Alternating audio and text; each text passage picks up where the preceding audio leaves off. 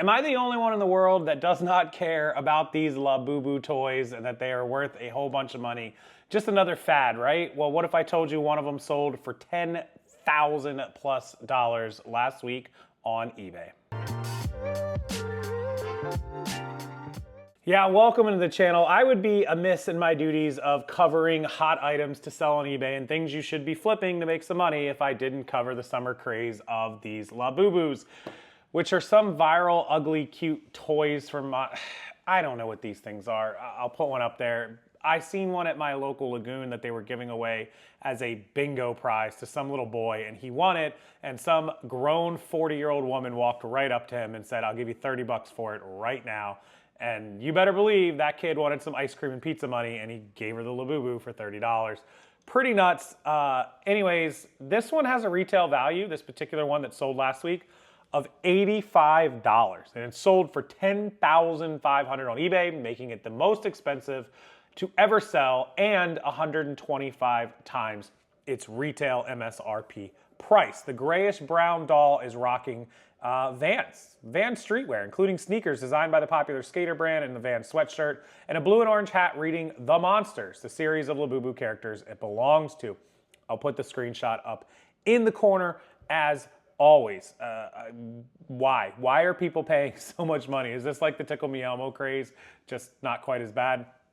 I don't get it, but this little skater monster came out in 2023 as one of Pop Mart's wildly popular blind boxes as a collaboration between the shoe brand and Labubu. Its original retail price was $85, making the resale value more than 125 times that value.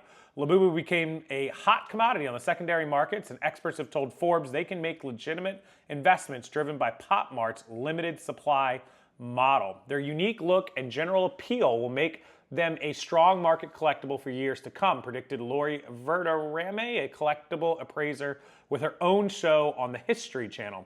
I don't tend to believe people like that all that much, only because they have a vested interest in it, like kind of biased, right? Do you guys think Labubus will be around in a year or 2 years? Or are they going to be like a Webkins and Fingerlings and Tickle Me Elmo, where they'll be here today and gone tomorrow?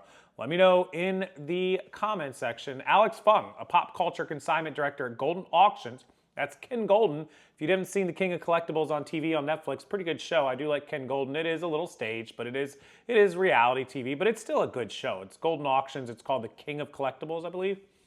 Said he thinks the early Labubus are the ones that will hold their best value. Pop Mart typically sells the Labubus for $20 to $40 in blind boxes, meaning the buyers don't know which one they'll get until they open it, which is pretty crazy. The mystery box thing, again, though, big in the whole community. Why not be big with kids, right? Like the mystery box, the gambling.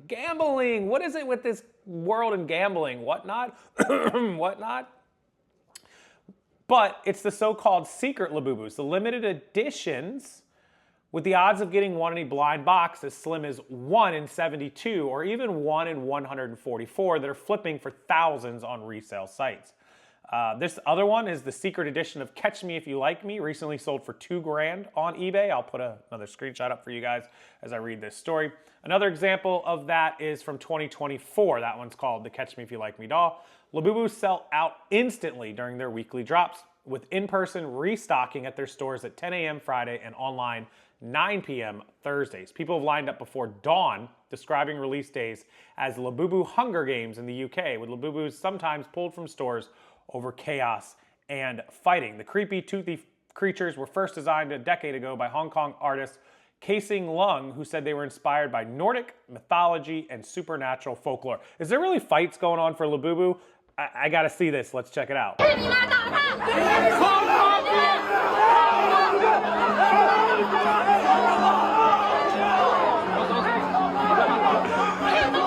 Oh,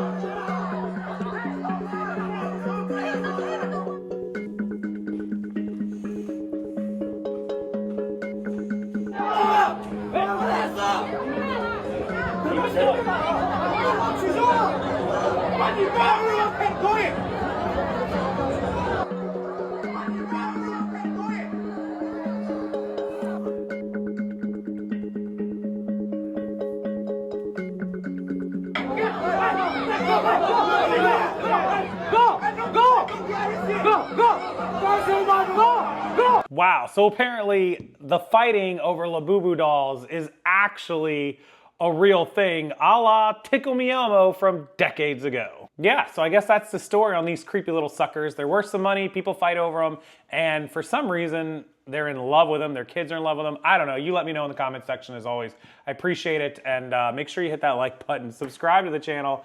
Let me know, do you go fighting for Labubu dolls or for anything else for that matter? The Pokemon cards or whatever else is actively selling for a ton of money on eBay. I'm not gonna do it, guys. Retail arbitrage isn't worth it for me, but thanks as always for you guys entertaining me, or these folks anyhow. Until next time, I'll see you guys later.